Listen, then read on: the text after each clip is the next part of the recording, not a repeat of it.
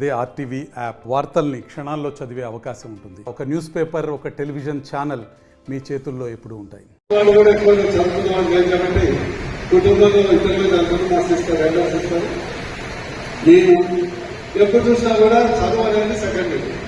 అయితే మా మదర్ ఒకటే ఉంది, నా కొడుకు ఎట్టి పరిస్థితుల్లో చదువుకోవాలి.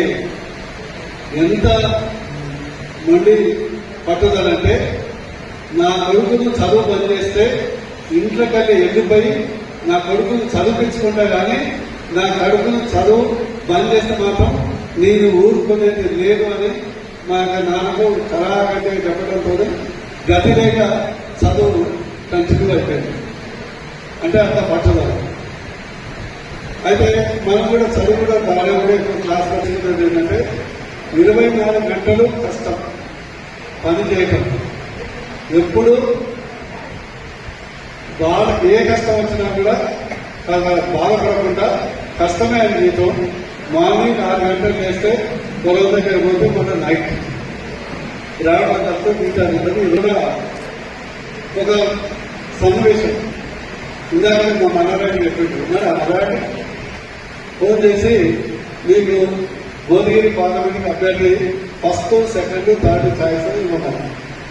ఆయన ఫస్ట్, సెకండ్, థర్డ్ ఛాయిస్ భువన నర్సయ్య గౌడ్ అని చెప్పడం జరిగింది.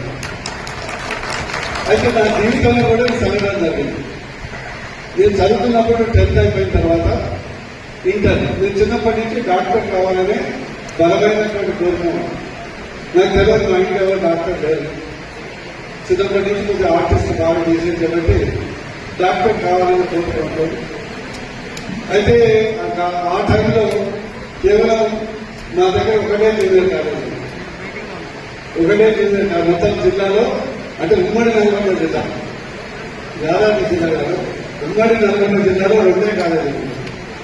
దాంట్లో బైపీసీ చాలా కాంపిటీషన్. ఎందుకంటే బైపీసీ తీసుకుంటేనే డాక్టర్.